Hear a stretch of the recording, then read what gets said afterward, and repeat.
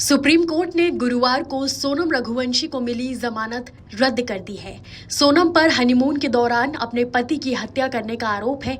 शीर्ष अदालत ने कहा कि सोनम रघुवंशी को पुलिस के सामने 3 हफ्ते में सरेंडर करना होगा। सोनम पर आरोप है कि उसने मेघालय में हनीमून के दौरान अपने पति राजा रघुवंशी की हत्या की थी। लाइव लॉ की रिपोर्ट के मुताबिक शीर्ष कोर्ट ने कहा कि हाई कोर्ट और ट्रायल कोर्ट ने गिरफ्तारी के कारणों की जानकारी देने में कथित कमियों के आधार पर उसे राहत देकर गलती की थी। हालांकि जस्टिस MM सुंदरेश और जस्टिस PB वराले की बेंच ने सोनम को सरेंडर करने के लिए 3 हफ्ते का समय दिया। कोर्ट ने यह भी कहा कि अगर 6 महीने के अंदर ट्रायल पूरा नहीं होता है तो वो नई जमानत अर्जी दाखिल कर सकती है। मेघालय राज्य की अपील को मंजूरी देते हुए सुप्रीम कोर्ट ने कहा कि हालांकि आर्टिकल 22(1) के तहत गिरफ्तारी के आधार बताना जरूरी है, लेकिन इस मामले में गिरफ्तारी के आधार बताने में पूरी तरह से कोई चूक नहीं हुई थी। कोर्ट ने गौर किया कि सोनम को 9 जून 2025 को गिरफ्तार किया गया था, जब वो अपने पति की मौत के बाद कथित तौर पर लापता हो गई थी। अभियोजन पक्ष के अनुसार शादी के बाद वो राजा रघुवंशी के साथ मेघालय गई थी, जहां कथित तौर पर उसकी हत्या कर दी गई और उसके शव को एक खाई में फेंक दिया गया। इस काम में उसके साथ 3 साथी भी शामिल थे, जिन्हें कथित तौर पर उसने ही काम पर रखा था।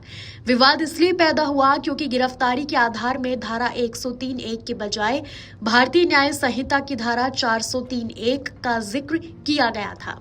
मिहिर राजेश शाह मामले में सुप्रीम कोर्ट के फैसले का हवाला देते हुए सोनम ने तर्क दिया कि उन्हें गिरफ्तारी के आधारों के बारे में ठीक से जानकारी नहीं दी गई थी, इसलिए वो जमानत की हकदार है। ट्रायल कोर्ट ने इस तर्क को मान लिया और हाई कोर्ट ने उस आदेश को बरकरार रखा। इस तर्क को खारिज करते हुए सुप्रीम कोर्ट ने कहा कि गिरफ्तारी के आधार ना बताए जाने और बताए गए आधारों में अपर्याप्त जानकारी होने के बीच फर्क होता है।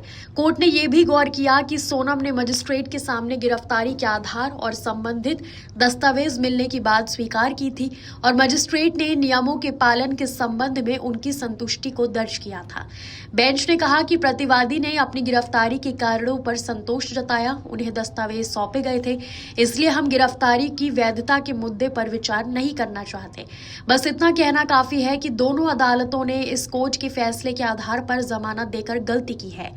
कोर्ट ने यह भी स्पष्ट किया कि अगर गिरफ्तारी के कारणों की जानकारी न देने की वजह से गिरफ्तारी में कोई कमी पाई जाती है तो भी जांच एजेंसी को जांच के मकसद से दोबारा गिरफ्तारी करने से नहीं रोका जा सकता।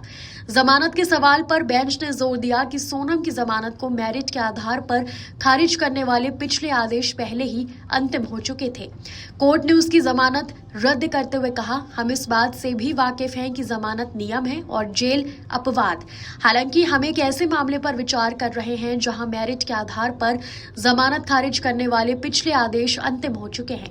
ट्रायल पहले ही शुरू हो चुका है।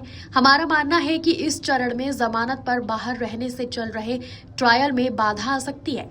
इसके अनुसार सुप्रीम कोर्ट ने सोनम रघुवंशी को 3 हफ्ते के अंदर सरेंडर करने का निर्देश दिया। साथ ही ये विकल्प भी खुला रखा कि अगर 6 महीने के अंदर ट्रायल पूरा नहीं होता है तो वो नई जमानत के लिए अर्जी दे सकती है। भारत के सॉलिसिटर जनरल तुषार मेहता मेघालय राज्य की ओर से पेश हुए। आपके राज्य की खबरें, आपके शहर की खबरें सबसे पहले जानने के लिए देखते रहें अमर उजाला। चैनल को सब्सक्राइब जरूर कर लें और पाएं हर अपडेट।